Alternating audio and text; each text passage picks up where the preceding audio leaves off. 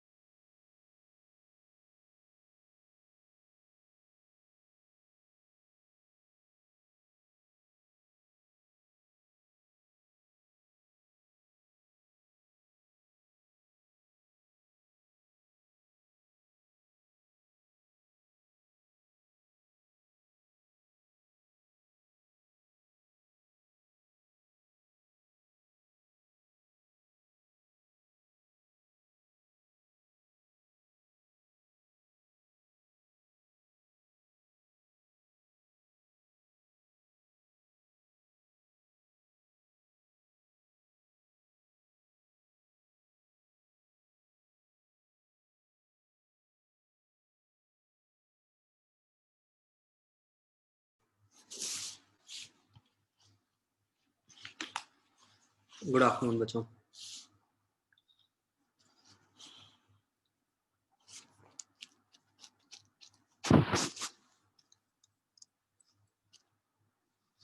तो मैं अभी टेलीग्राम इंस्टॉल कर रहा था अपने मोबाइल पे। कौन कौन यूज करता है?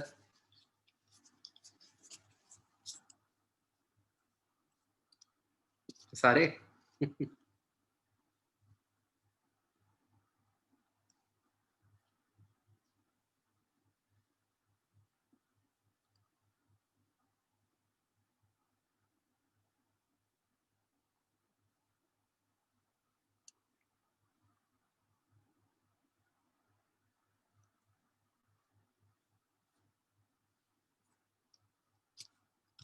देखते हैं, मेरे से तो एक नहीं संभलता वैसे व्हाट्सएप।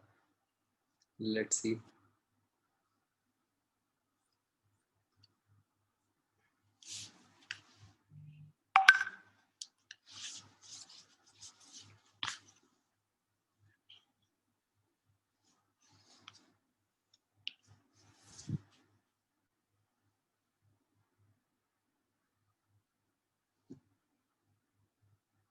आप एडवांस टेस्ट 3 संडे तक दे सकते हो बच्चों, संडे इवनिंग तक।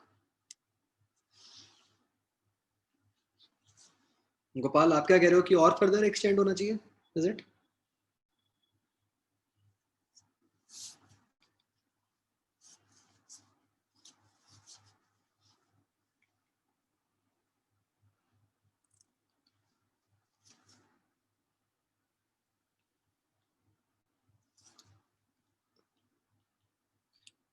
गोपाल बोलो, और मतलब चाहिए क्या?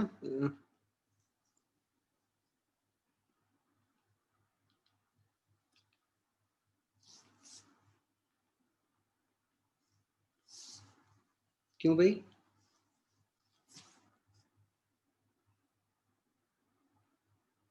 संडे तक दे दो यार।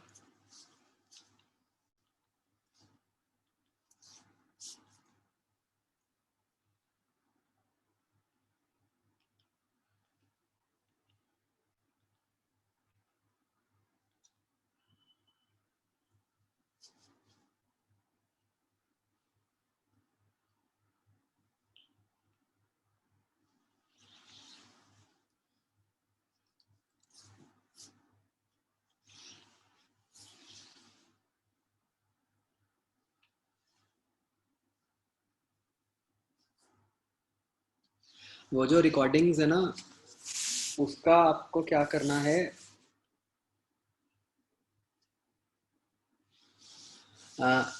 मतलब उसका नोमेनक्लेचर समझो आप।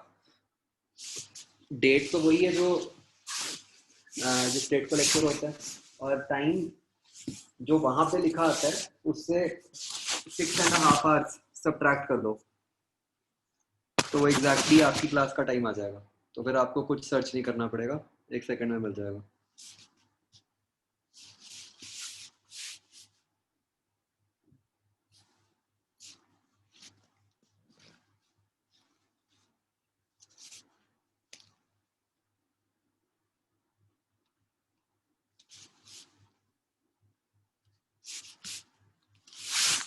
आपका नेक्स्ट टेस्ट नहीं, next to next test advanced है जो 20 सितंबर को है।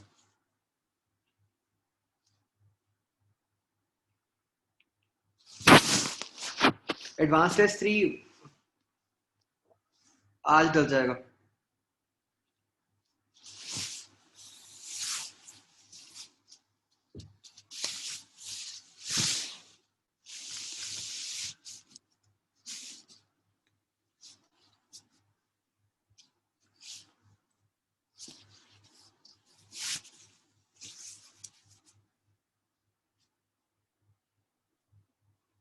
हाँ बच्चों, एक तो बच्चों ये वाला क्वेश्चन मैंने आपको दिया था लास्ट टाइम। इससे मैंने आपको कहा था कि आपको बस इक्वेशंस बनानी आनी चाहिए, और कुछ फर्दर मतलब एक्सपेक्टेड नहीं था। वो क्या है कि मान लो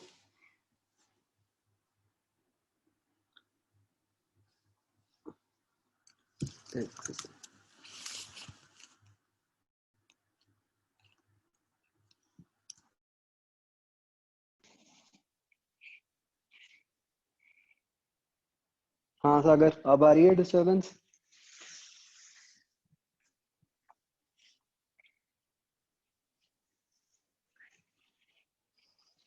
तो देखो आप इसके कोऑर्डिनेट्स कुछ भी बच्चों मान लो x कॉमा वाई पार्टिकल के, और ये x कॉमा वाई पे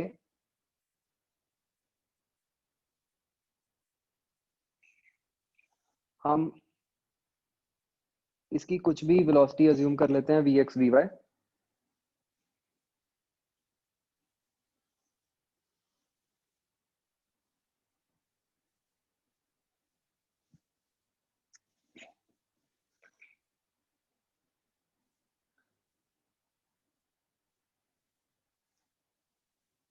ठीक है, तो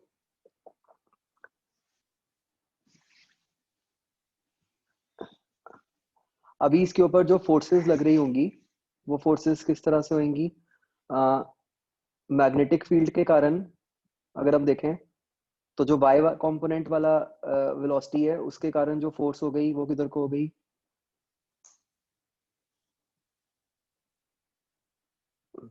इनटू द प्लेन।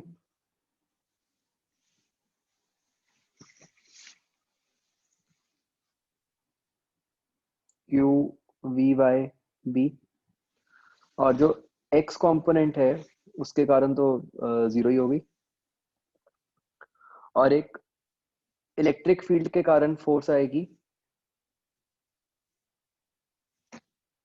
इस पे, वो तो क्यू इंटू ई बन गई।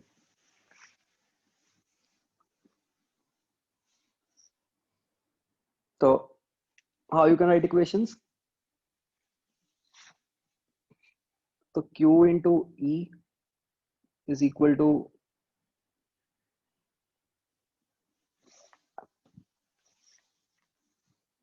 M D V Y by D T.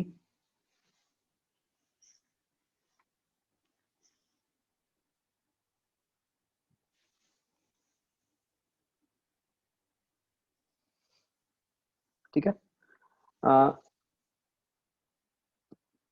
और मैंने ऑल्सो फिगर में दिखा दिया था वी एक्स, बट हम देख सकते हैं कि एक्स डायरेक्शन में तो कुछ है ही नहीं।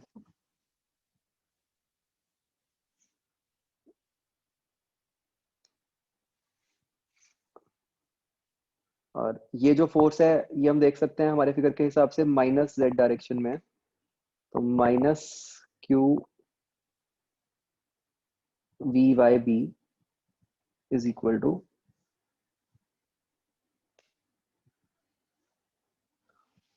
D V Z by D T. क्या बच्चों हम इनको फर्दर सॉल्व कर सकते हैं इक्वेशंस को?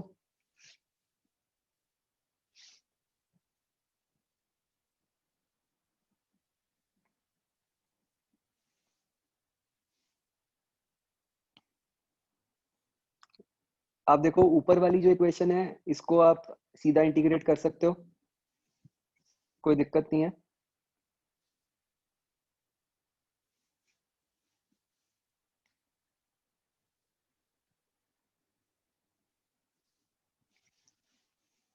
तो इसको मैं इंटीग्रेट करूंगा तो I will get V Y equal to Q E by M into T.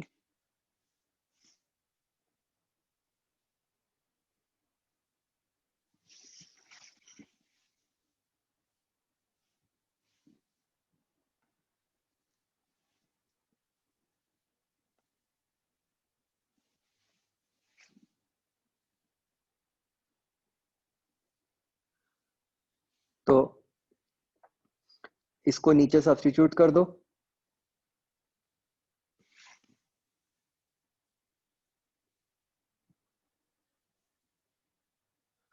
तो ये बन गया माइनस क्यू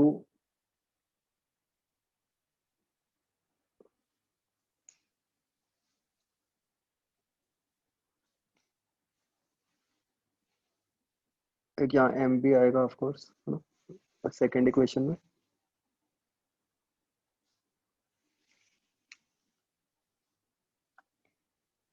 अच्छा हाँ, मैंने एक एक चीज मैंने मिस कर दी। हमें तो नहीं पता कि हो सकता है जो वेलोसिटी है वो जेड डायरेक्शन में भी हो, जैसे मैंने एक्स वाई में दिखाई है। तो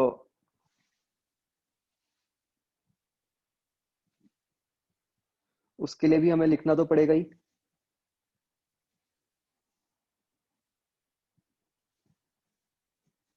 तो अगर मैं कहूं कि मान लो कुछ वेलोसिटी है जेड डायरेक्शन में, तो उसके कारण जो फोर्स आएगी वो किधर को आ रही बच्चों? देखो मैग्नेटिक फोर्स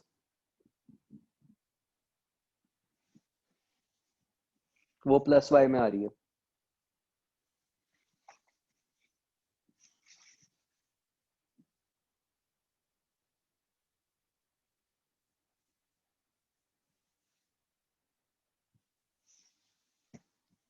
तो ये बन गया क्यू बी जेड बी।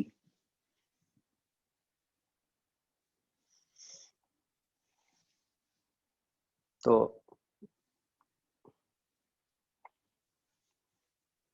ये इक्वेशन एक करेक्शन आएगी, ये बन जाएगा Q E plus Q B Z B is equal to D V by D T. और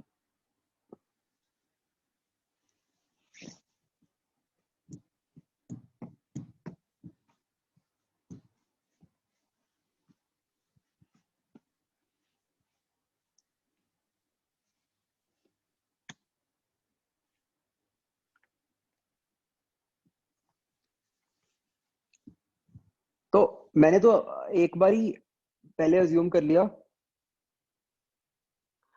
मुझे नहीं पता किस जगह आएगी, तो मैंने तो अपनी तरफ से ही मान लिया कि जेड में है, अपने आप वो साइन से आ जाएगा, वो प्लस माइनस जो भी होना। ठीक है, how can you solve this further? Sir yes. Sir initially से ही मतलब वेलोसिटी जेड में नहीं होगी, हाँ हाँ, मैं तो कह रहा हूँ मतलब कि वो तो अपने आप, माइनस अगर जेड आप वो में देख सर। के लिखोगे तो आप वैसे लिख सकते थे, मान लो मैंने नहीं भी लिखा तो अपने आप इक्वेशन से बन जाएगा। ओके। हम्म,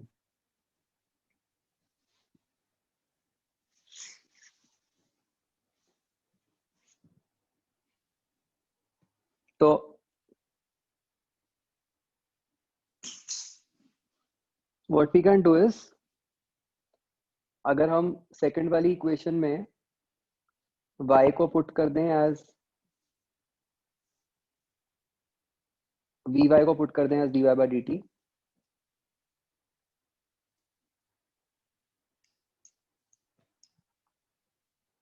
तो ये dt कट गया, तो आपके पास vz आ गया minus Q b by m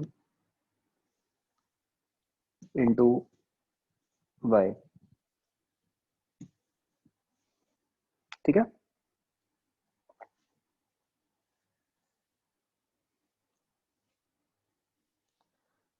और फिर और क्या कर सकते हो,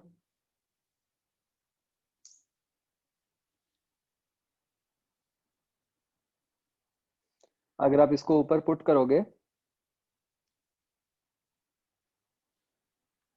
फिर उससे क्या बन जाएगा,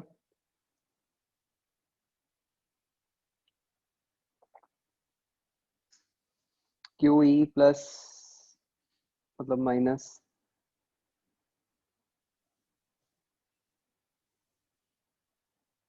Q square B square Y by M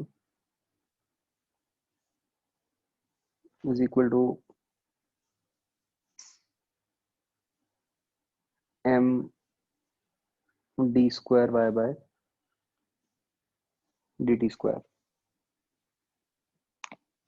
right.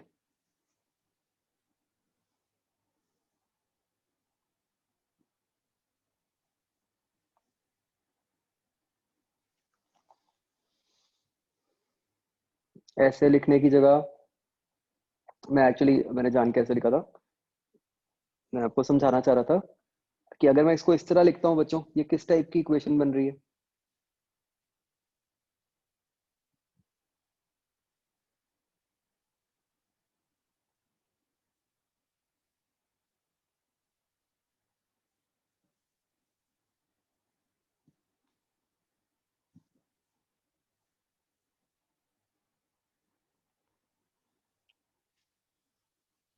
ये किस टाइप की इक्वेशन है बच्चों,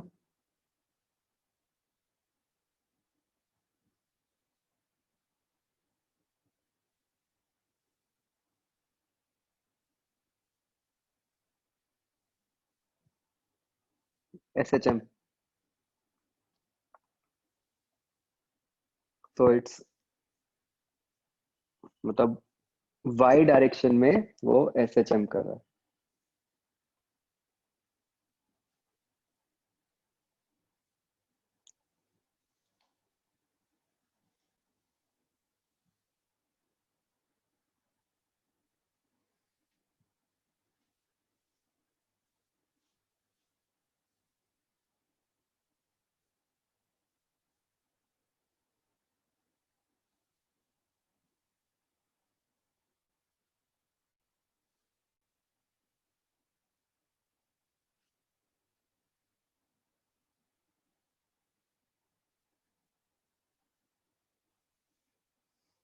ठीक है जी,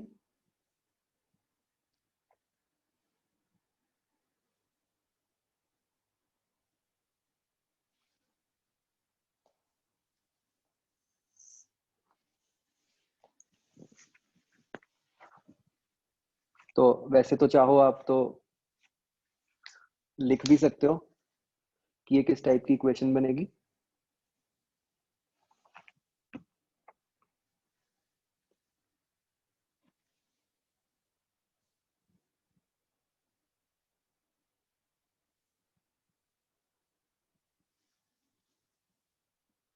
ठीक है बच्चों, ये तो हो गया इक्वेशंस। इसमें आप और भी मतलब कर सकते हो, अगर एक इक्वेशन को दूसरे में पुट कर दें हम, जैसे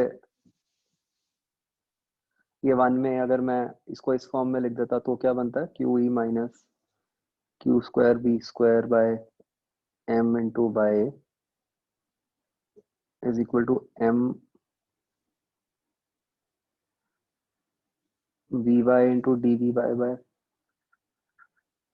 डी वाई। मैं ऐसे भी लिख सकता हूँ इसको।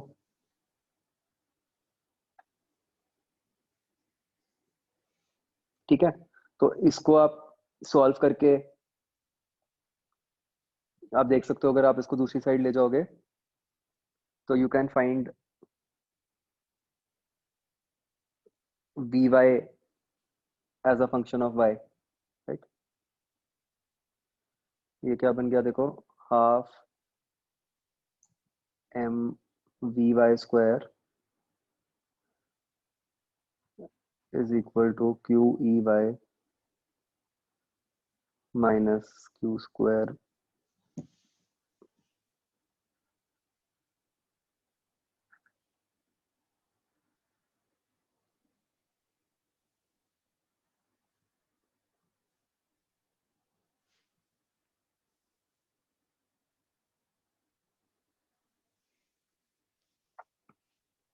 ठीक है बच्चों, आ,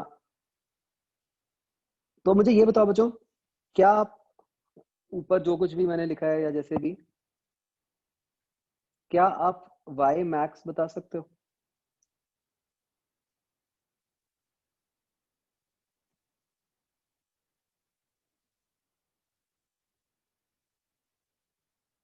बताओ वाई मैक्स की वैल्यू क्या होगी?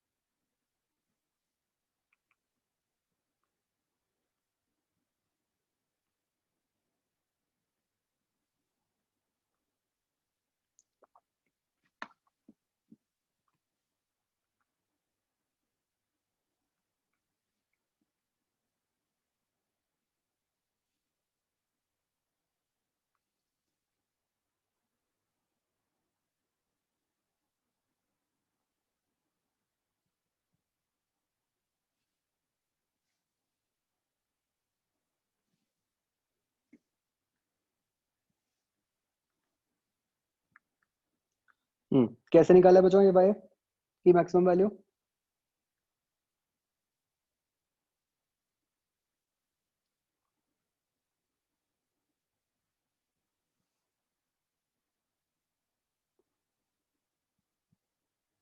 ये हमने लिखा ही हुआ है, जब वाई मैक्सिमम होगा तो वी वाई जीरो हो जाएगा, राइट। तो ना वाई मैक्सिमम की क्या कंडीशन है? V Y equal to zero. तो ये जो आखिरी हमने इक्वेशन लिखी है, इससे ये क्या बन गया सॉल्व करके,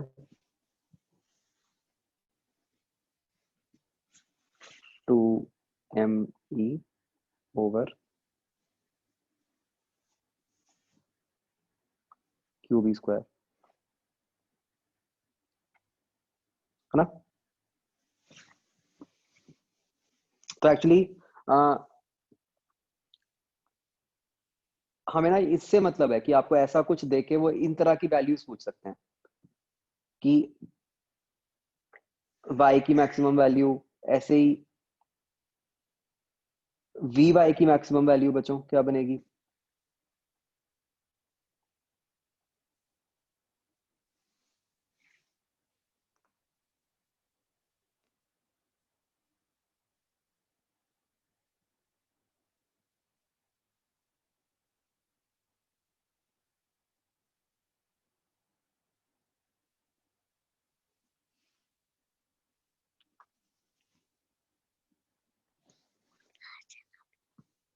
बताओ वी वाई की मैक्सिमम वैल्यू बच्चों।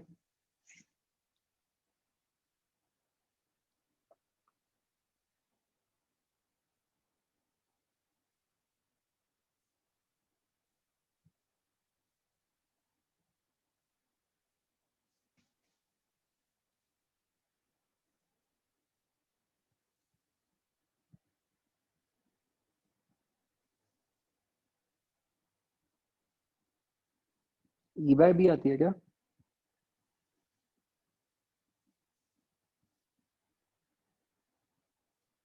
यही क्वाड्रेटिक्स ही आ जाएगी सीधा, जो आखिरी में लिखी हुई है,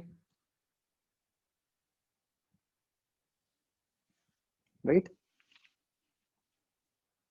तो इससे आप निकाल सकते हो।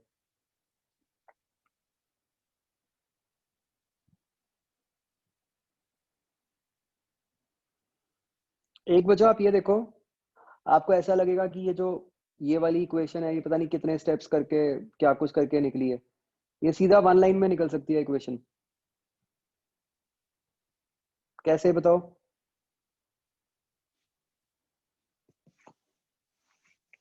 ये जो half M V by square वाली इक्वेशन है, ये डायरेक्टली कैसे निकल सकती है?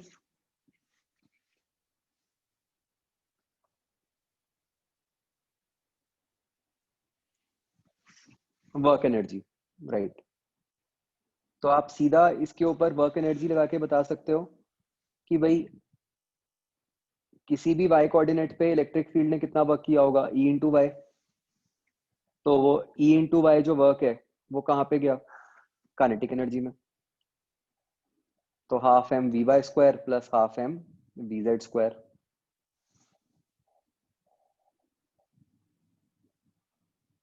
अंडरस्टूड?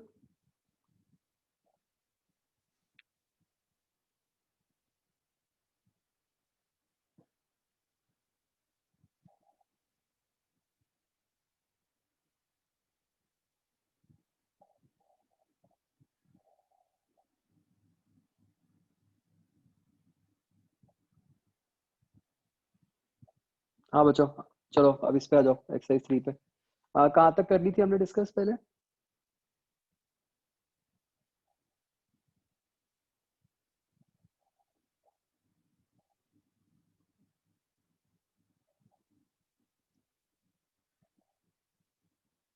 ई तक की थी क्या? ओके। हाँ जी, एफ पार्ट।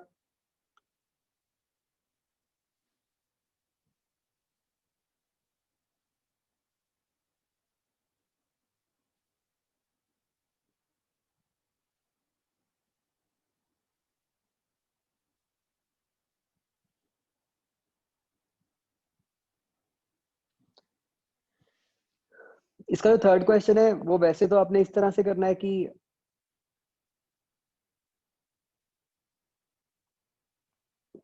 मतलब आपके पास ये रिलेशन आ गया ना कि Q E plus Q V cross V equal to 0।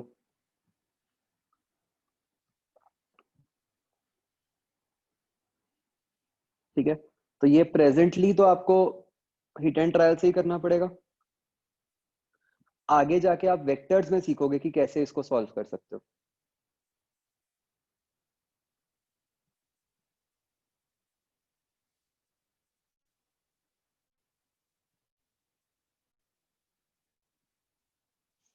आगे बच्चों,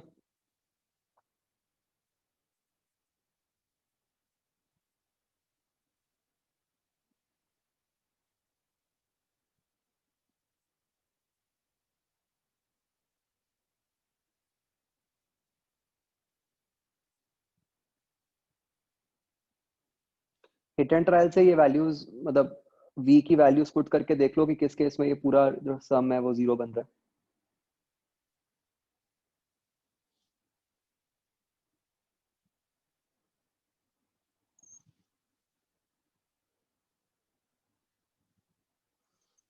सेवेंथ क्वेश्चन,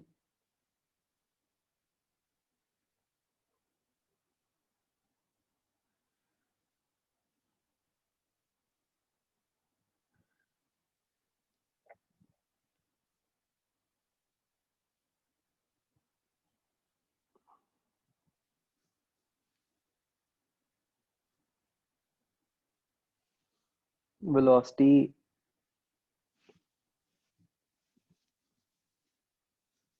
प्लस एक्स में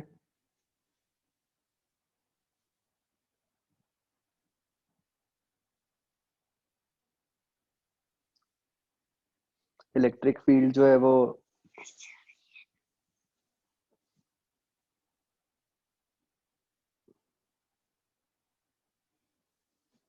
इलेक्ट्रिक फील्ड माइनस जेड में,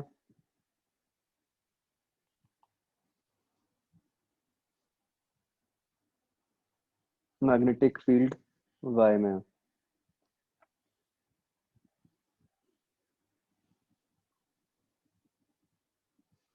तो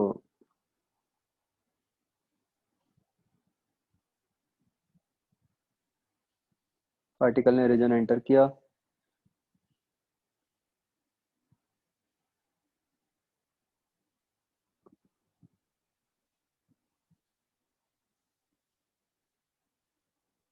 ये किस टाइप का पाथ बनेगा बच्चों?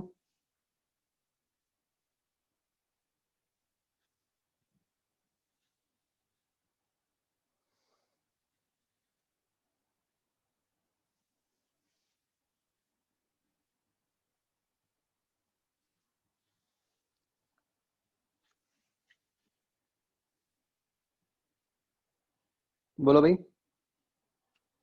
ये किस टाइप का पाथ बनेगा?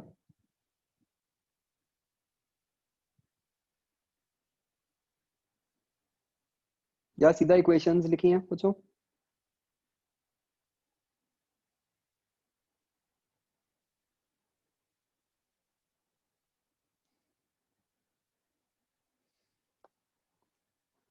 बोलो भाई कुछ इक्वेशंस, है ना?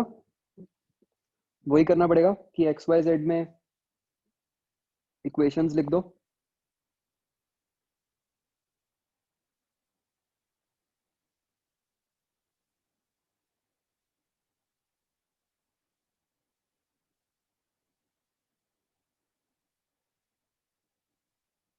एक सेकंड में देख लूं।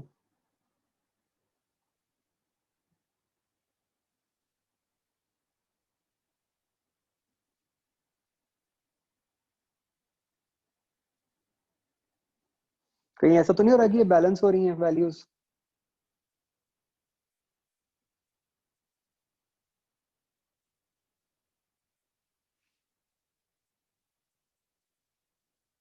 क्योंकि ये v क्रॉस b जो है वो आउट ऑफ प्लेन आ रहा है, e अंदर को है, तो कहीं वो फोर्सेस बैलेंस तो नहीं हो रही बच्चों?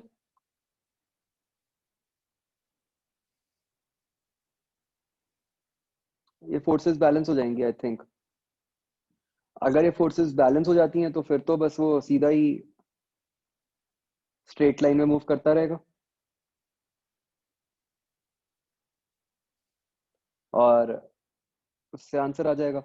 और बाद में आपको कहा है कि इलेक्ट्रिक वो कुछ एक स्विच ऑफ की है एक फील्ड, इलेक्ट्रिक फील्ड, तो वो सिंपल सर्कुलर वाला केस बन जाएगा, उससे निकाल लोगे। सर हाँ जी अगर बच्चों, बैलेंस ना कर रही होती? फिर तो बिल्कुल वैसे ही इक्वेशंस बनानी पड़ती हैं जैसे हमने अभी किया।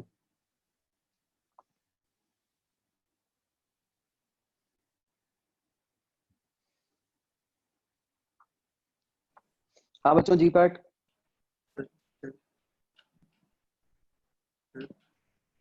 यस। सर इसके अंदर जैसे मैं वही जैसे मैं उस दिन बोल रहा था ना कि वो जैसे जैसे मैं बोल रहा था कि वो विड्थ के लॉन्ग बन जाते होते हैं, फील्ड बन जाती है, वही जैसे सिक्स्थ क्वेश्चन है वो वैसे ही था, मतलब उसमें कह रहा ये वाला था ऊपर ऊपर पार्ट है फॉल इफेक्ट लिखा हुआ है नीचे, हाँ उसने मतलब स्टेप्स में वो लास्ट स्टेप में लिखा हुआ है कि पोटेंशियल डिफरेंस। बच्चों, मैं ये बार क्वेश्चन एक बार आपको मैं समझा रहा हूँ कि बड़ा ही इंपॉर्टेंट क्वेश्चन है। आप देखो कि ये डायरेक्टली ये क्वेश्चन आईआईटी में आया हुआ है, और मतलब जेई एडवांस में कोई क्वेश्चन मतलब सीधा मॉड्यूल से आना तो बहुत बड़ी बात है। आप सोचो, मतलब ये ऐसा नहीं कि आईआईटी में आया था इसलिए यहाँ डला हुआ है, ये बहुत पहले से करवाया जा रहा है।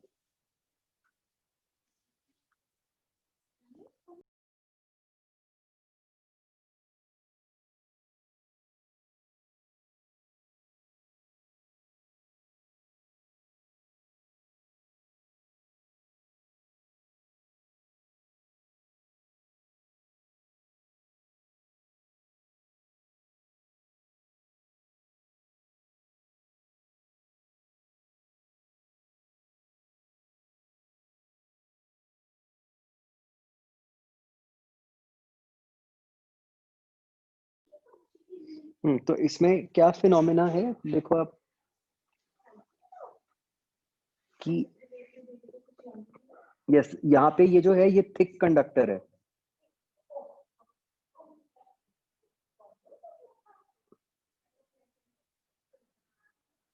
ठीक है। मतलब जो विड्थ W है, वो जो डायमेंशन है वो कौन सी हुई, इन टू द प्लेन वाली हुई। तो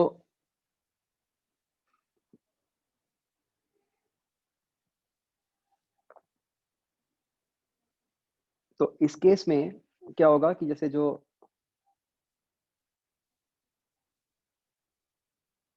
इलेक्ट्रॉन है, इलेक्ट्रॉन पे लेफ्ट की तरफ, इलेक्ट्रॉन की वेलोसिटी लेफ्ट की तरफ है, ठीक है। मैं अगर इसका टॉप व्यू बनाऊं,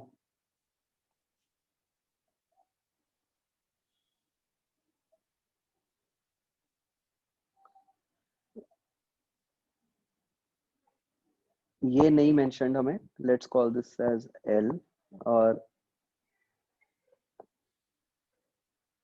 ये W है।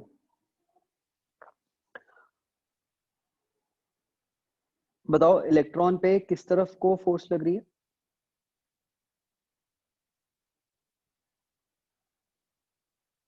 Electron is going like this, और टॉप व्यू के हिसाब से मैग्नेटिक फील्ड इधर को हुआ बच्चों, है ना।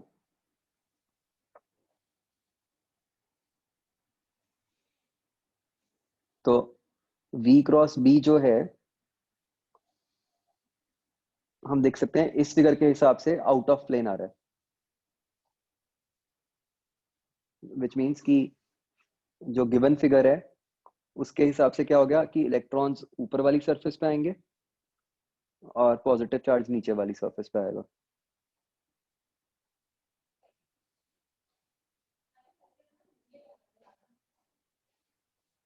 करेक्ट। तो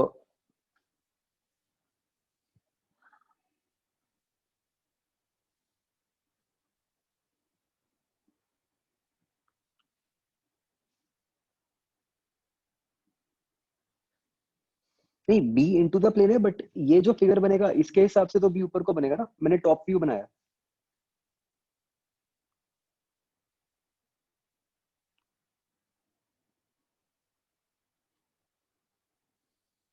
और अब अगर मैं साइड व्यू के हिसाब से बात करूं, तो साइड व्यू के हिसाब से ये हो गया कि ये जो सारे इलेक्ट्रॉन्स हैं ये ऐसे ऊपर को आ गए, इधर पॉजिटिव चार्ज आ गया। तो हम देख सकते हैं कि एक इलेक्ट्रिक फील्ड ऊपर की तरफ बन रही होगी।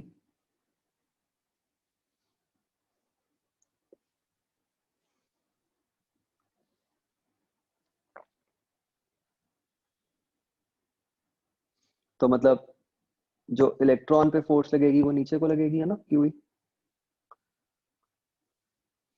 और इलेक्ट्रॉन पे जो मैग्नेटिक फोर्स लगेगी वो हमने पहले बात करी थी कि वो ई इंटू उसकी जो ड्रिफ्ट वेलोसिटी है इंटू बी हो जाएगा। तो यहाँ से इलेक्ट्रिक फील्ड आ जाएगी V D into B, right. और अब ये वाली इलेक्ट्रिक फील्ड के कारण जो पोटेंशियल डिफरेंस बन रहा है वो क्या बन जाएगा,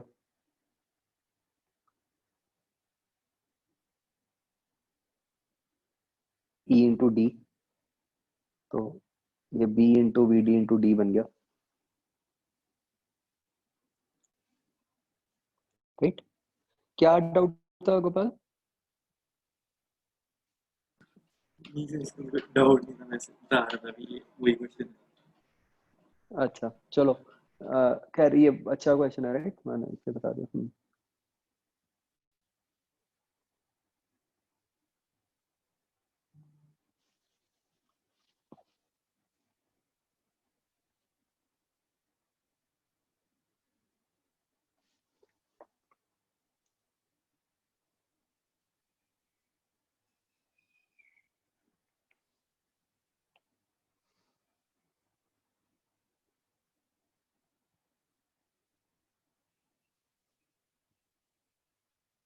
जी के सेकंड का आंसर आ रहा है बच्चों?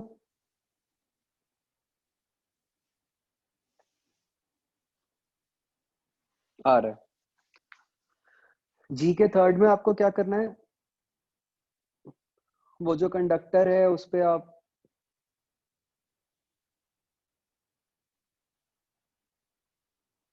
हर पार्ट के ऊपर जो फोर्स लगेगी वो ऐसे ऊपर को लगेगी, वो फोर्स क्या हो जाएगी,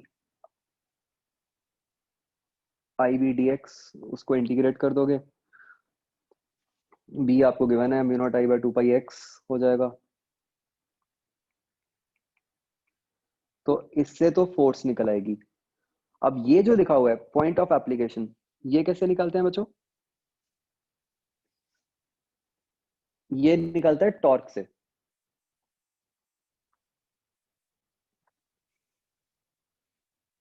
हम मतलब टॉर्क जीरो करेंगे।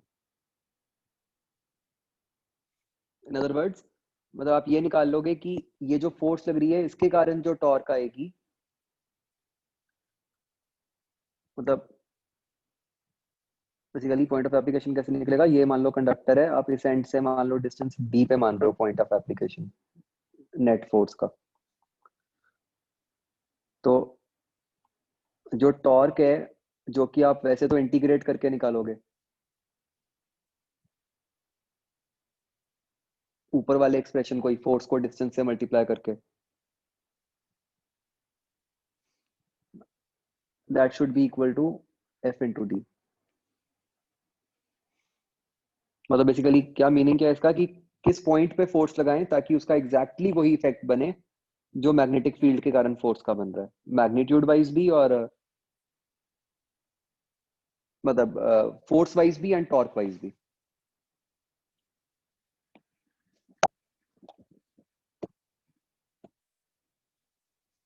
वो तो आप कहीं भी ले लो, मतलब डी यहां से मेजर करो या पीछे से करो, उससे फर्क नहीं पड़ेगा।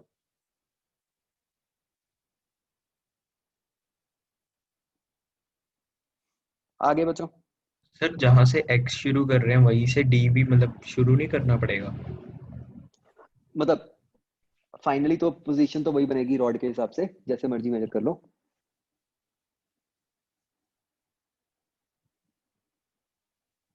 मतलब डी जो पॉइंट है वो तो रॉड के रिलेटिव ही आएगा ना कहीं पे।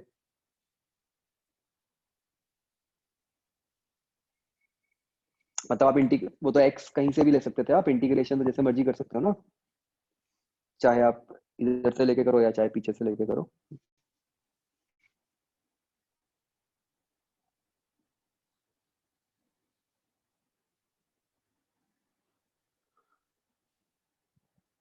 सेवेंथ क्वेश्चन,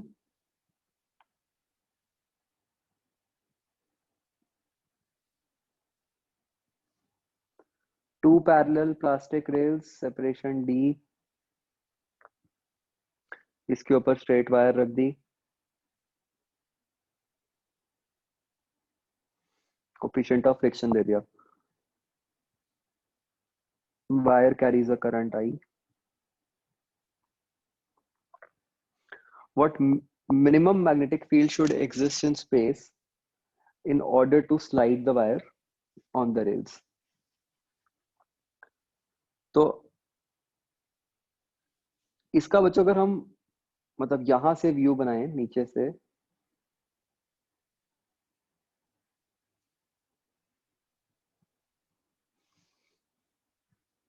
तो हमें सिर्फ ऐसे वायर का क्रॉस सेक्शन दिख रहा होगा, एम जी नीचे को, रेल्स के कारण नॉर्मल रिएक्शन ऊपर को,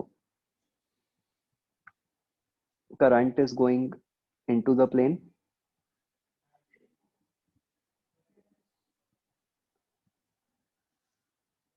राइट। तो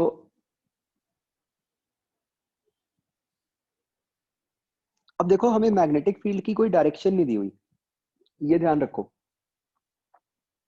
तो ऐसा कोई जरूरी नहीं था कि हम सीधा ये कह देते कि भाई कि अगर इस रॉड को आगे को मूव करवाना है, हाँ ये तो ठीक है कि रॉड को अगर आगे को मूव करवाना है तो फ्रिक्शन फोर्स तो पीछे कोई लगेगी, इसमें कोई डाउट नहीं है,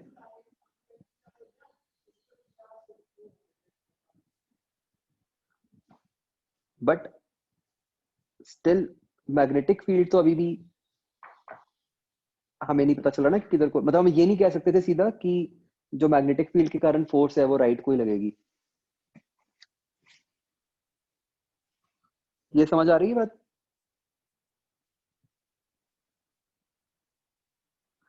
क्योंकि ये भी तो हो सकता है ना कि मैग्नेटिक फील्ड है वो नॉर्मल रिएक्शन को कम कर दे और उस कारण से वो फ्रिक्शन फोर्स को ही कम कर दे।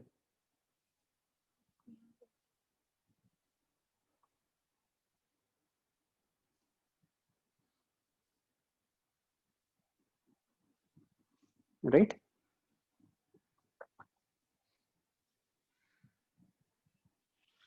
तो आप तो फिलहाल के लिए क्वेश्चन ये समझ लो कि भाई फोर्स का क्या मैग्नीट्यूड और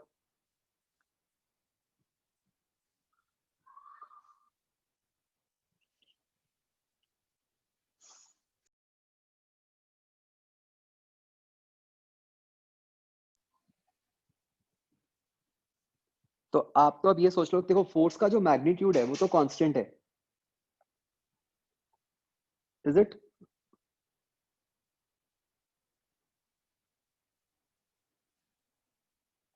क्या बच्चों फोर्स का मैग्नीट्यूड कांस्टेंट है 7th में?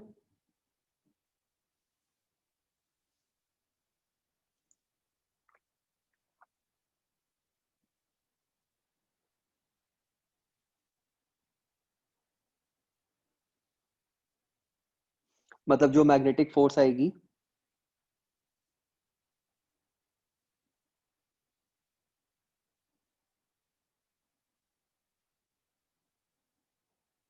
क्या उसका मैग्नीट्यूड हर केस में सेम आएगा या अलग भी आ सकता है?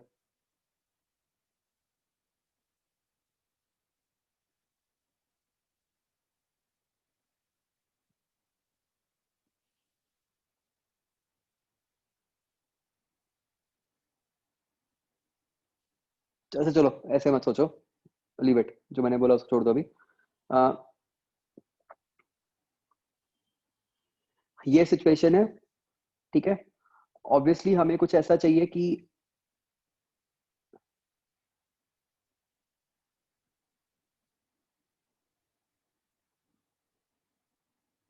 हम ये मान लेते हैं कि हम जो फोर्स लगाते हैं वो एक ऐसे मान लेते हैं किसी एंगल थीटा पे, सच दैट बाद में कंडीशन लगा देंगे कि फोर्स मिनिमम होनी चाहिए, है ना? तो आपका क्या बन जाएगा कि F cos theta is equal to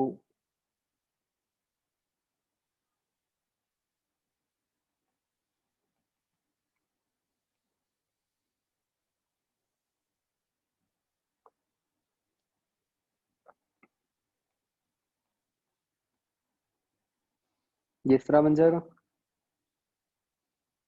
तो N is equal to M G minus F sine theta.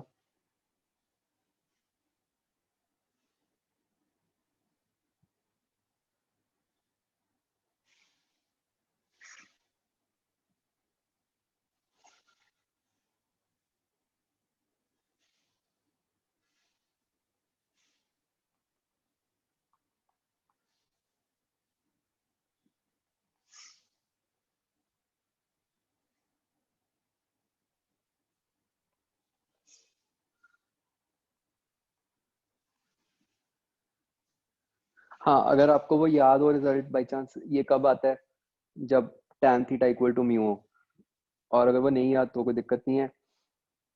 तो अब तो हमें सीधा ही ये एक्सप्रेशन देख के भी आप बता दोगे कि एफ मिनिमम क्या हो गया, mu M G over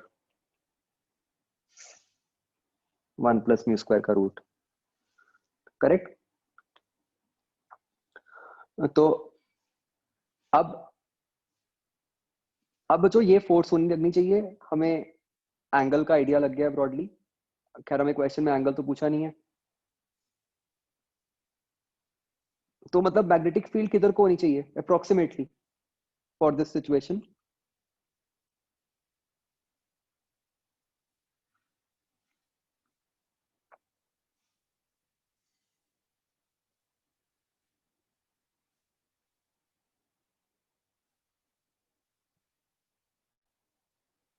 magnetic field ऐसे होएगी ना,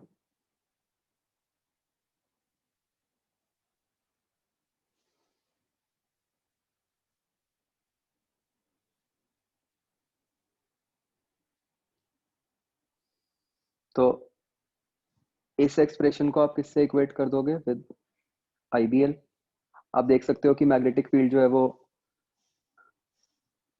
आई के परपेंडिकुलर है ना?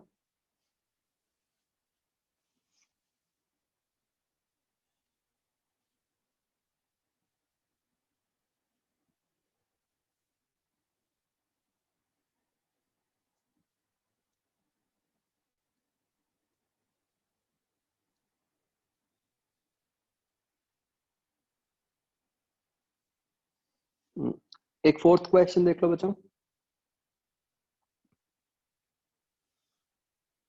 Conducting rod is placed over smooth horizontal surface. Uniform magnetic field is acting perpendicular to rod. Rod ऐसे पड़ी है, एक मैग्नेटिक फील्ड है जो परपेंडिकुलर है। अभी डायरेक्शन नहीं क्लियर हो रही कि किधर को बनाए, बट ठीक है, परपेंडिकुलर याद रखते हैं। Charge Q is suddenly passed through the rod and it acquires an velocity v, initial velocity v on the surface. तो Q is equal to, तो बेसिकली आप इस रॉड के थ्रू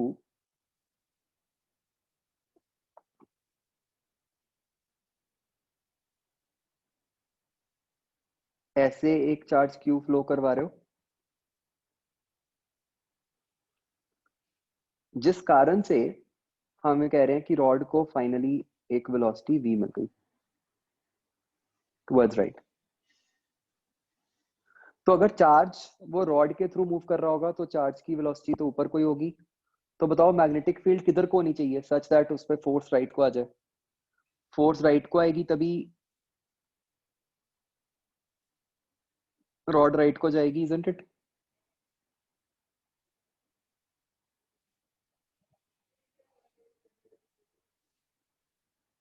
तो आप देख सकते हो कि जो मैग्नेटिक फील्ड है वो आउट ऑफ प्लेन होनी चाहिए।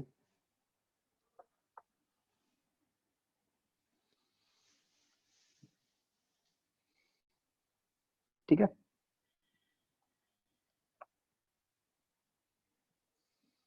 तो हम ये कह सकते हैं कि impulse on rod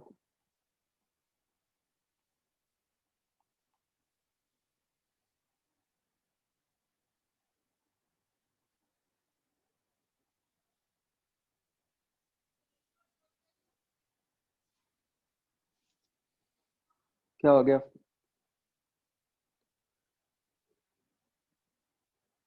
m into V, this will be equal to जो भी फोर्स लगी into time, right?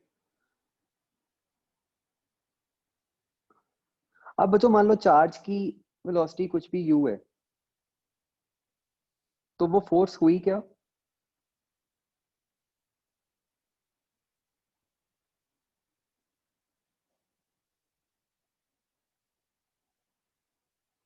Q U B.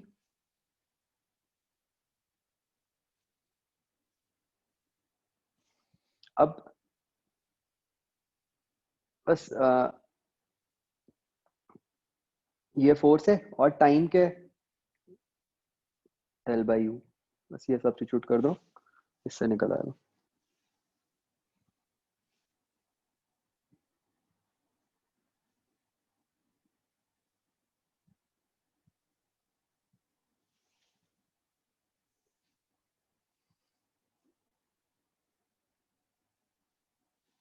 Fifth का बी पार्ट,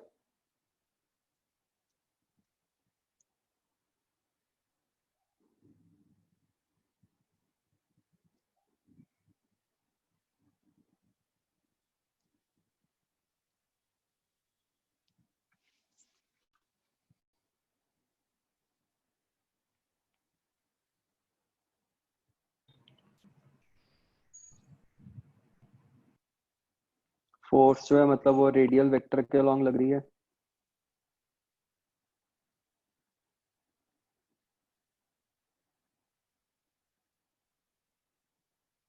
ओके, तो लूप का जो सेंटर है वो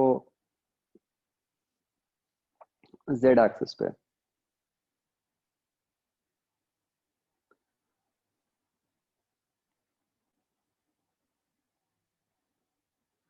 तो बच्चों हमें इस तरह से फिगर बनाना चाहिए इसमें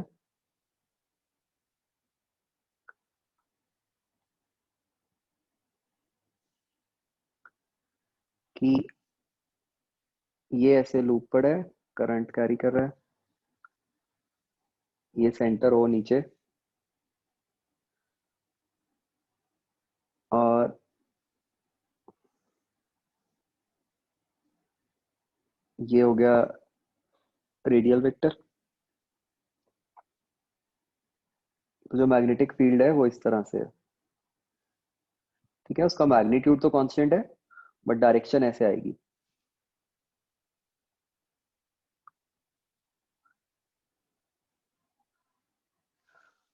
तो करंट जो है वो तो ऑब्वियसली टेंजेंशियली फ्लो कर ही रहा है। तो इस पे फोर्स किधर को आई बच्चों?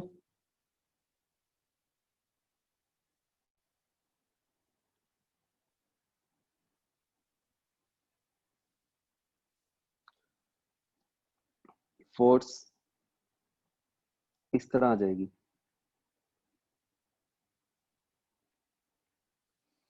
तो मतलब जब हम सारे लूप के लिए फोर्स निकालेंगे, हम देख सकते हैं कि फोर्स का सिर्फ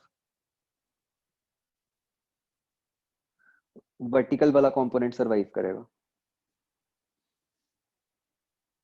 ठीक है, तो बस फोर्स लिखो, उसका वर्टिकल कंपोनेंट ले लो, उससे निकल आएगा।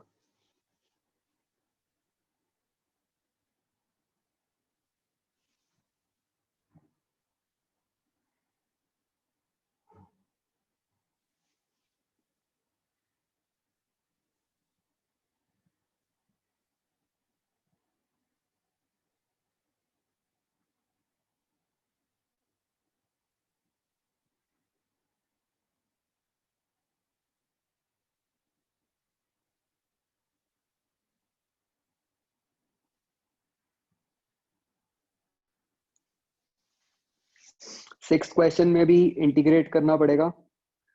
उन दोनों वायर्स के कारण आप फील्ड लिखोगे हर पॉइंट पे, उस फील्ड के कारण आपको फोर्स लिखनी पड़ेगी कि ये आपकी वायर है,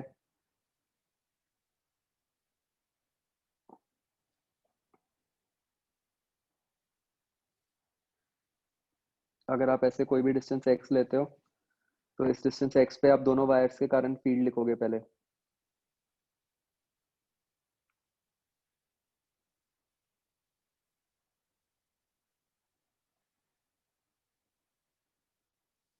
तो जो ऊपर वाली वायर है उसके कारण जो फील्ड आएगी वो उसके परपेंडिकुलर इधर को आएगी। नीचे वाली वायर के कारण जो फील्ड आएगी वो इस लाइन के परपेंडिकुलर इधर को आ जाएगी। तो इन दोनों का जब आप रिजल्टेंट लोगे वो नीचे को आ जाएगा बट डिपेंडेंट ऑन एक्स आएगा। ठीक है, फिर उसके ऊपर फोर्स लिख के उसको integrate.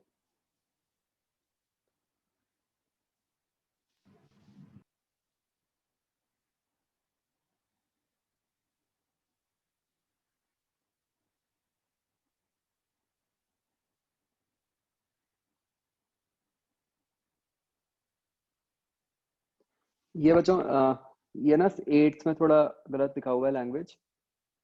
This will not be perpendicular of length of incline, ये perpendicular to length of incline आएगा।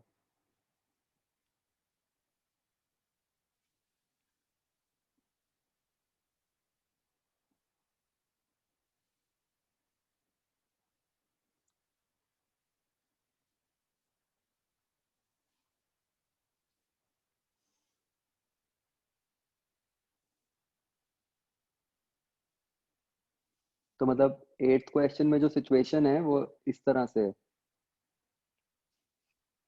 कि ये इंक्लाइंड प्लेन है,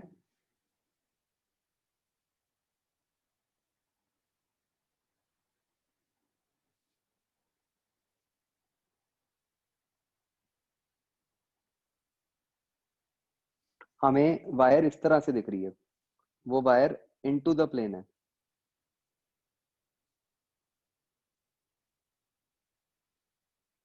ठीक है। और जो मैग्नेटिक फील्ड है वो डाउनवर्ड है।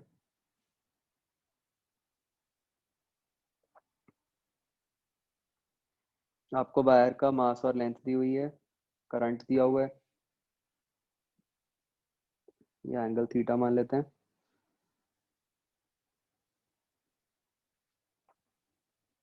तो ये देखो बच्चों, इसमें गलती की हो सकती है एक, देखो आपने, बताओ इस पे मैग्नेटिक फोर्स किधर को आ रही है? करंट इज,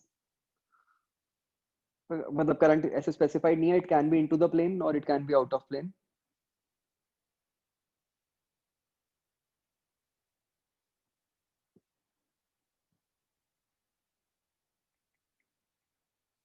क्वेश्चन तो यही है कि वायर स्टेशनरी रहे तो मैग्नेटिक फोर्स ने mg sin थीटा को बैलेंस करना है। तो अगर आप दो केस लेते हो बच्चों, देखो मान लो मैं इनटू द प्लेन मानता हूं करंट, अगर तो मैं करंट को इनटू द प्लेन मानता हूं तो मैग्नेटिक फोर्स लेफ्ट को आ जाएगी। अगर मैग्नेटिक फोर्स लेफ्ट को आ गई तो वो mg sin थीटा को बैलेंस नहीं कर पाएगी। तो इसलिए मुझे जो करंट है वो मानना पड़ेगा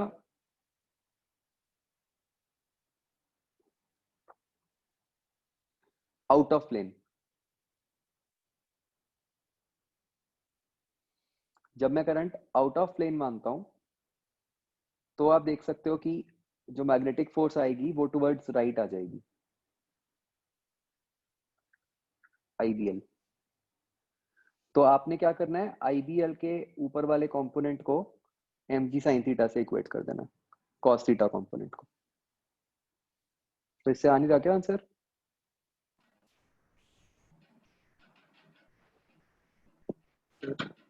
आपने जो गलती की होगी, कहीं ये तो नहीं किया कि mg के कंपोनेंट को आईबीएल से इक्वेट कर दिया?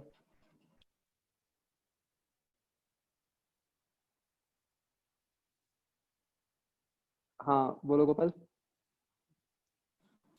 इसके अंदर जैसे आपने मतलब मैं भी ये पूछ रही थी, इसके अंदर आपने जो वायर है उसको इनटू द प्लेन को मानना है, मतलब जैसे हम इस इंक्लाइन से नीचे उतर रहे हैं तो मैं तो उस तरीके से मान रहा हूँ, जैसे एक मैन स्टैंडिंग ऑन इंक्लाइन।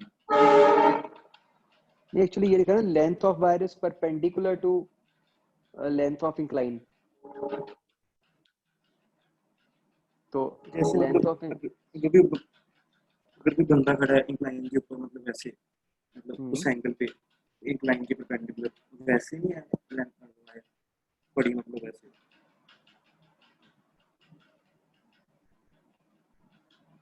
किस तरह कह रहे हो?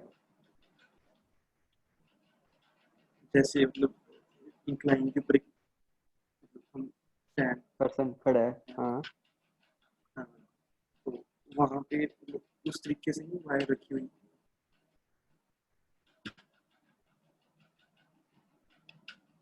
नहीं फिर इंक्लाइन की लेंथ के परपेंडिकुलर कैसे होगा वायर? जो वायर की लेंथ है वो इंक्लाइन की लेंथ के परपेंडिकुलर होनी चाहिए। ये फिर बनाना वो उस तरह परपेंडिकुलर क्या इंक्लाइन चीज? के ऊपर, इंक्लाइन के ऊपर परपेंडिकुलर बनाना है इंक्लाइन, वैसे मैं कह रहा हूँ स्टैंडिंग है वायर। ये हाँ, इससे उल्टी डायरेक्शन में होगा। इस ऐसे, हाँ, हम्म। ऐसे ही, ऐसे नहीं।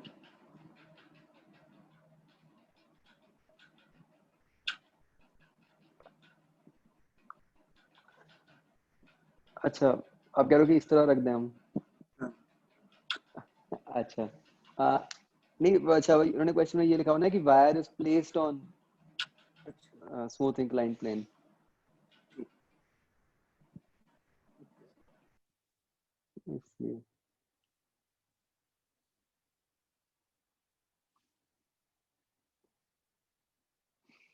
इस तरह तो रेस्ट पे आएगी नहीं ना वायर, मतलब इक्विलिब्रियम बनेगा ही नहीं।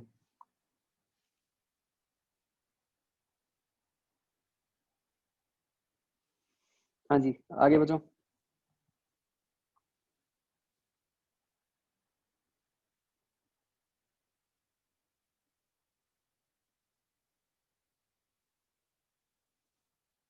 टेंथ का आंसर गलत है क्या?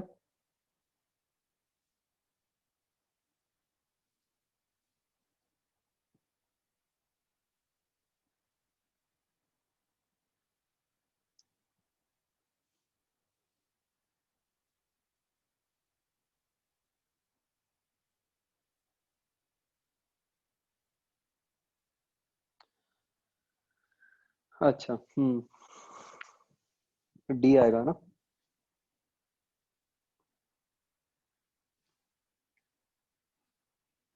या एक सेकंड,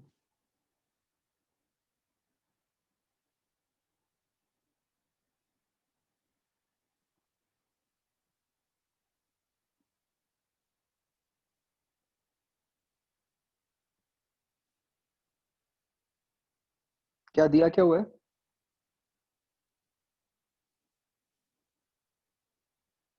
अच्छा, डी दिया हुआ है, हाँ। फिर तो ठीक है, गलत कैसे है?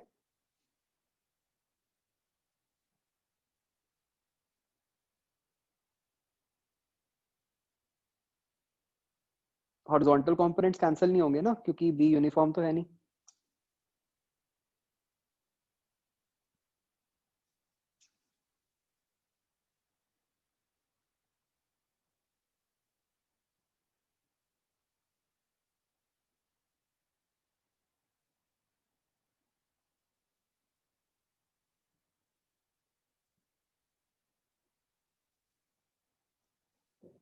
आगे।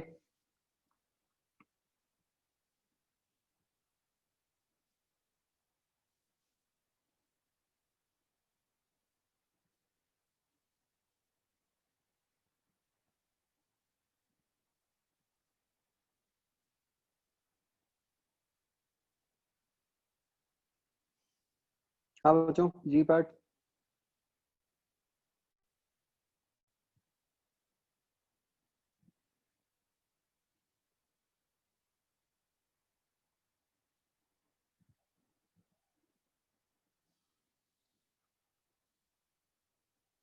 राम किसका कह रहे हो, जी का?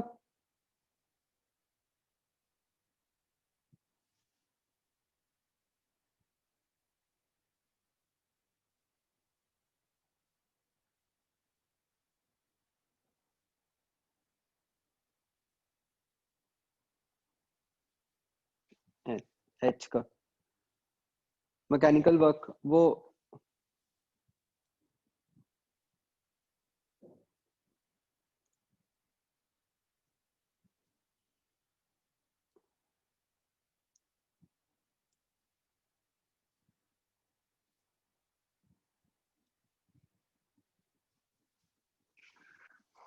Let's see.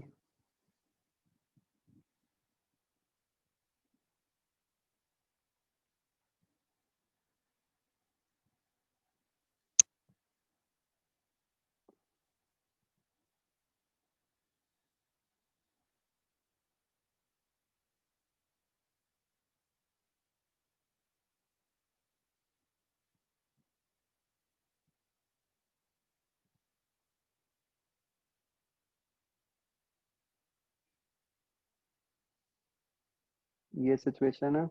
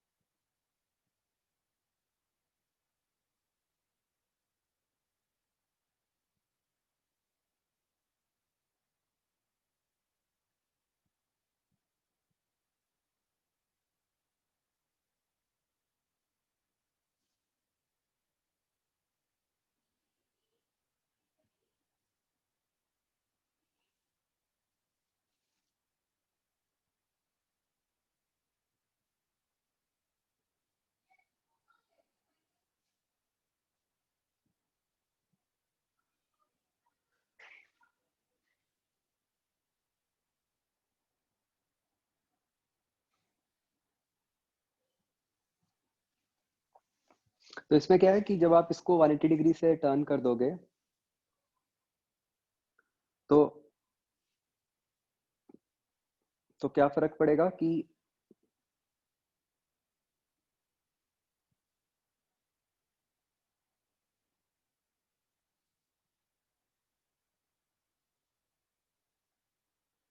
मतलब ये सारे करंट्स जो हैं वो रिवर्स हो जाएंगे।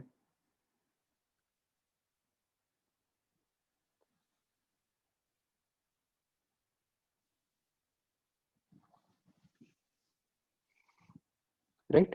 अब यहाँ पे वर्क डन आपको सीधा तो निकाल नहीं सकते कि कोई एम डॉट बी कर दें या कुछ कर दें, because B it self variable है इस लूप का। ठीक है, तो फिर कैसे किया बताओ।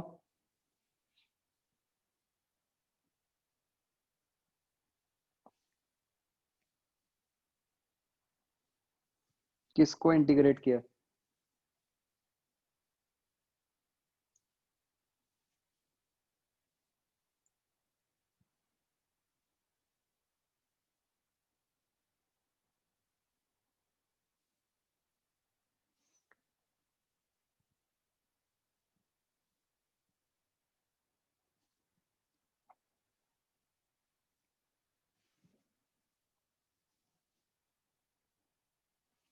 सी एक तरीका तो ये है कि टॉर्क लिख लो जनरल थीटा की फॉर्म में, उससे निकालो, टॉर्क को इंटीग्रेट करो। दूसरा तरीका ये हो सकता है कि आप ऐसे सोचो कि इस क्वेश्चन में आपने किया क्या है फाइनली, कि जो ये वाली वायर है, ये जो साइड वन है, साइड वन को आपने कुछ डिस्टेंस टुवर्ड्स राइट मूव कर दिया आई नॉट वाली वायर से। तो आप सीधा ये निकाल लो कि इस वायर को इतना मूव करने में कितना वर्क करना पड़ेगा। सिमिलरली वायर टू को आपने लेफ्ट पे मूव किया है, तो वायर टू को लेफ्ट पे मूव करने में कितना वर्क करना पड़ेगा ये निकाल लो। समझ आया? जैसे ये जो वायर वन है, फाइनली आपने इसको आई नॉट वाली वायर से कुछ डिस्टेंस टुवर्ड्स राइट मूव कर दिया ना, एल डिस्टेंस।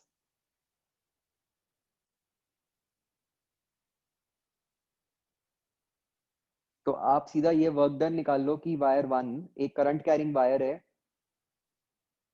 जो आई नॉट से पहले कुछ डिस्टेंस पे है, फिर किसी और डिस्टेंस पे हो गई। रोटेशन की जरूरत ही नहीं है, मतलब वो आप समझ सकते हो कि वो सेम हो जाएगा। आप ये देखो ना, जो ऊपर वाली वायर थी, मतलब जो हॉरिजॉन्टल वायर्स हैं, आप देखो हॉरिजॉन्टल वायर्स तो जैसी वायर पहले ऊपर थी वैसी वायर अब भी है नीचे।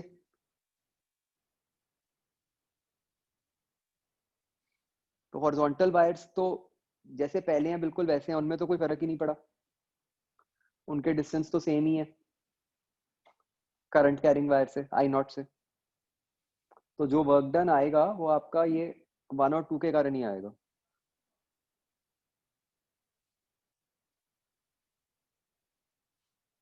ठीक है।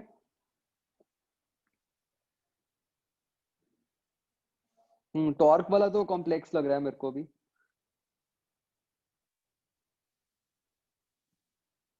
लिख तो सकते ही है क्योंकि बी तो इनटू द प्लेन है, बी तो आपको पता ही है कैसे है, तो किसी एंगल थीटा से। हाँ वो तो बहुत लंबा हो जाएगा।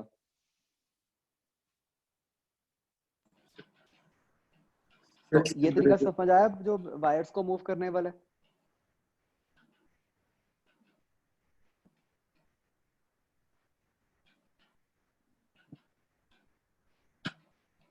एक और तरीका भी हो सकता था।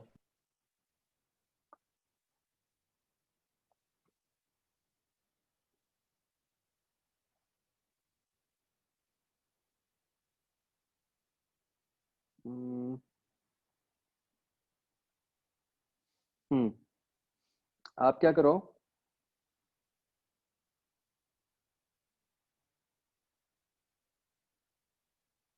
ये बच्चों मैंने इसके बारे में आपसे एक बार बात भी की थी ब्रीफली। मैं जान के बड़ा बना रहा हूँ square.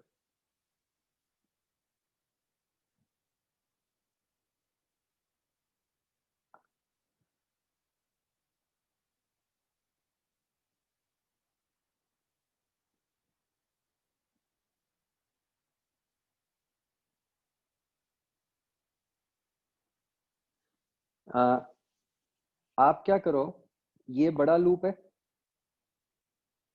Can I break it into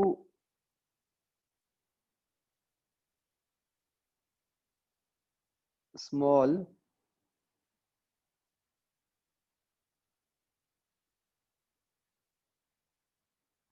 rectangular strips. मैं अभी बड़ी दिखा देता हूँ ताकि क्लैरिटी बन जाए हमें।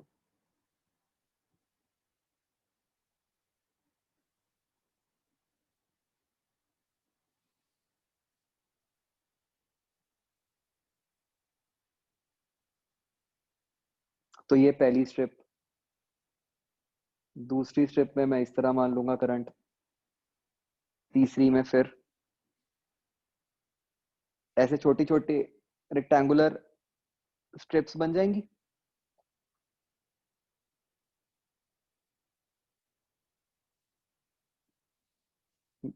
रेक्टेंगुलर लूप्स बन जाएंगे छोटे छोटे, जिनको आपस में अगर हम मर्ज कर देंगे तो बीच वाली ब्रांचेस में तो करंट खत्म हो जाएगा, फाइनली तो सिर्फ बड़ा रेक्टेंगल ही बचेगा।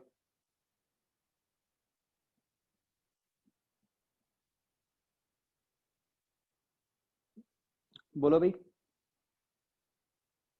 करंट्स मैंने इस तरह लिए कि हर रेक्टेंगुलर लूप जो बन रहा है उसमें मैंने करंट्स क्लॉकवाइज दिखाए हैं। तो उससे ये हो जाएगा कि जो फर्स्ट रेड वायर है, जैसे लेट से, उसमें लेफ्ट वाले लूप के हिसाब से और राइट वाले लूप के हिसाब से करंट की डायरेक्शंस ऑपोजिट हो गई, तो वो कट जाएगा ना।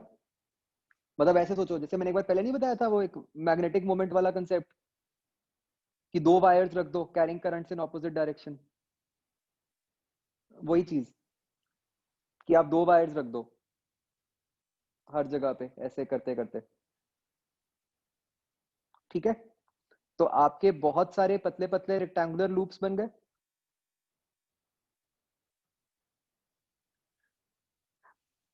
अब आप इस हर लूप की पोटेंशियल एनर्जी लिख सकते हो। ये जो कोई भी एक छोटा सा लूप है x डिस्टेंस पे dx थिकनेस का, इस लूप की मैग्नेटिक मोमेंट क्या होगी?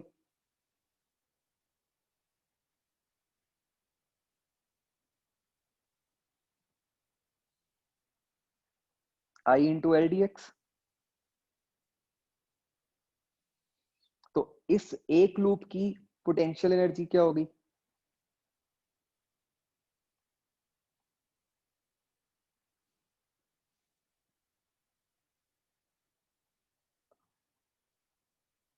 Mu not I not upon 2 pi x। Angle तो जीरो ही बन रहा है मैग्नेटिक मोमेंट और उसके बीच में, मैग्नेटिक मोमेंट और मैग्नेटिक फील्ड के बीच में। तो ये बी डॉट ए करके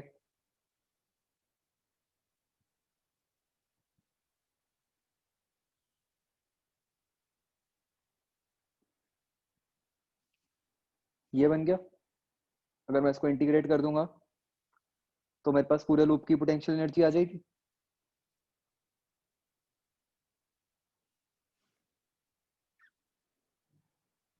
है ना? तो जब आपने लूप को 180 डिग्री से टर्न किया होगा,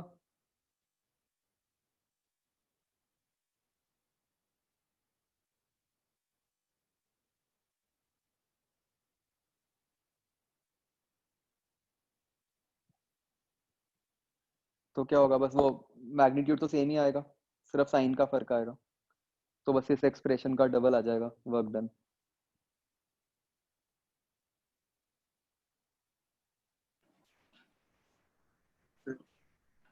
यस। अगर हमने जनरल की वैल्यू निकालना हो फिर भी ये लगा सकते हैं ना। हाँ बेसिकली ये वाली इंटीग्रेशन और जो मैंने ऊपर वाला लिखा है वो इंटीग्रेशन तो सेम ही बनेगी।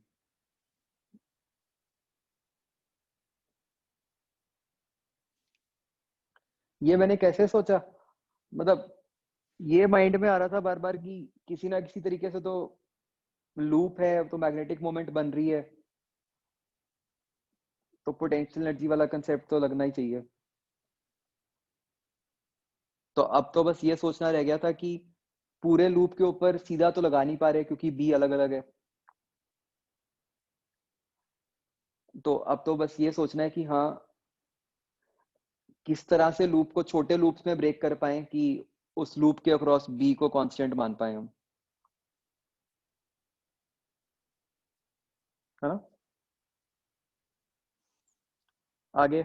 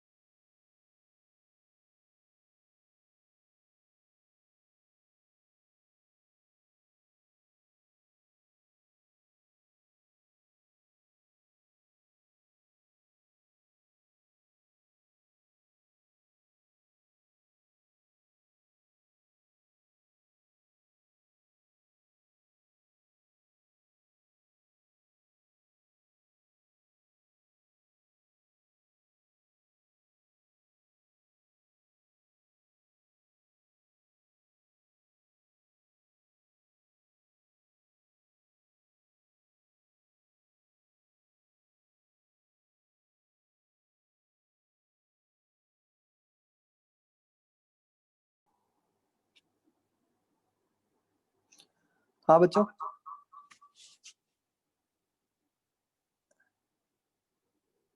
ये आई के सेकंड का गलत है क्या आंसर?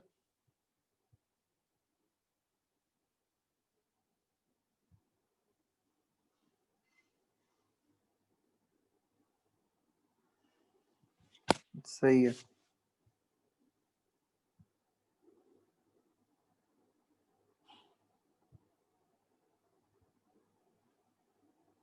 पार्ट एच के थर्ड का ठीक है आंसर।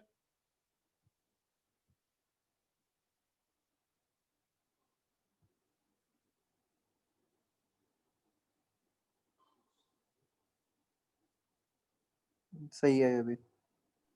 सर यस इसमें मोमेंट ऑफ इनर्शिया क्या मानेंगे? ये ओ डैश एक्सिस है ना, इसके अबाउट आप लिखोगे तो जो तो नीचे वाली और ऊपर वाली ये जो हॉरिजॉन्टल रॉड्स हैं उनका तो हाँ जी। ml स्क्वायर बाय जो मिड पॉइंट वाला होता है ml स्क्वायर बाय 12 वाला होगा। और ठीक है सर। ये जो रॉड है लेफ्ट वाली, इस पे आप पैरेलल एक्सिस थ्योरम लगाओगे तो इसका तो सीधा वो इसका खुद की एक्सिस के अबाउट तो जीरो हो गया, प्लस ये जो आधा डिस्टेंस है m into L by 2 square वो बन जाएगा। ठीक है सर। आई के थर्ड का बच्चों आंसर। अच्छा इसमें ये है क्या कि उन्होंने सिर्फ शंट दिया हुआ है और आंसर पूरा पूछा है, वो टोटल मिला के क्या बनता है, वो है कोई ऑप्शन?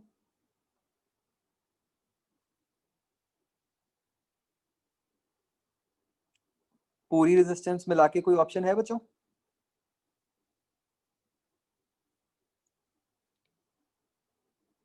या बस इसको रेजिस्टेंस ऑफ शंट कर लो। हाँ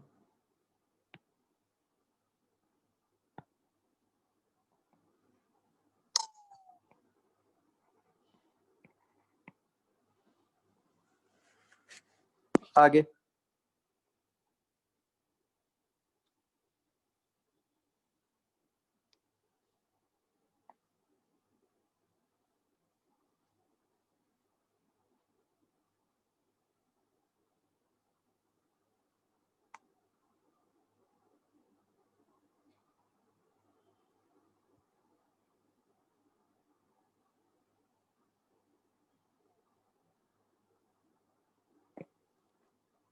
इसका थर्ड पार्ट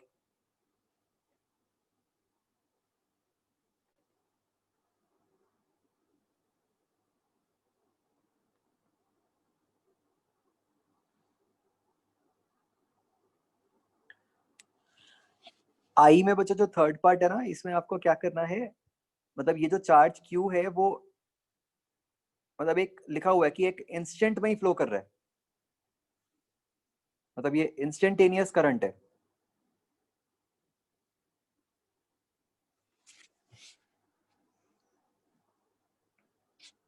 और आपके आंसर में फर्क इसलिए आ रहा होगा कि आप उसको एवरेज टाइप्स मान रहे होगे, तो इंस्टेंटेनियस से एकदम वो ऑप्शन में बन जाएगा, मतलब जब आप लिखोगे।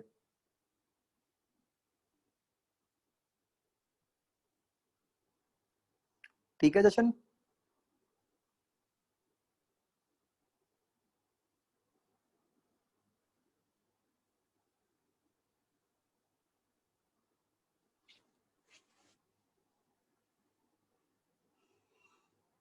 I done.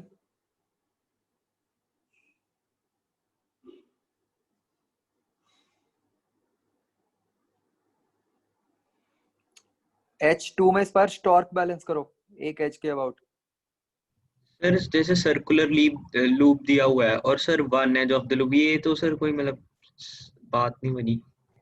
क्यों नहीं बनी बस, ये ऐसा केस हो गया ना कि ऐसे लूप रखा हुआ है, इस एज के अबाउट वो ऐसे उठ जाएगा। Okay sir. मतलब लेफ्ट एज के अबाउट आप mg की टॉर्क और मैग्नेटिक फील्ड की टॉर्क को बैलेंस कर दो।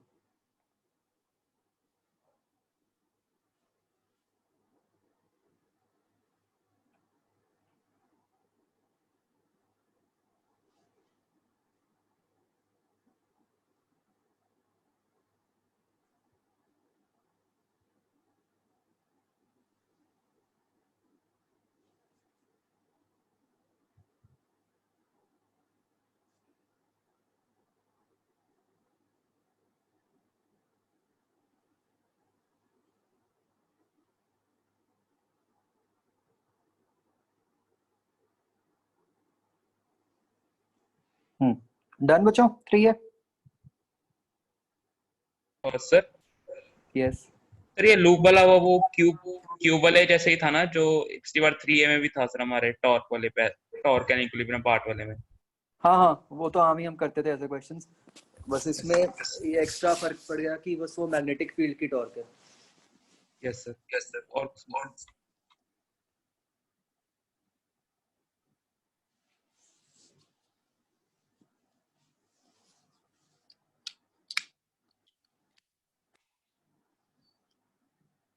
राइट, डन बच्चों।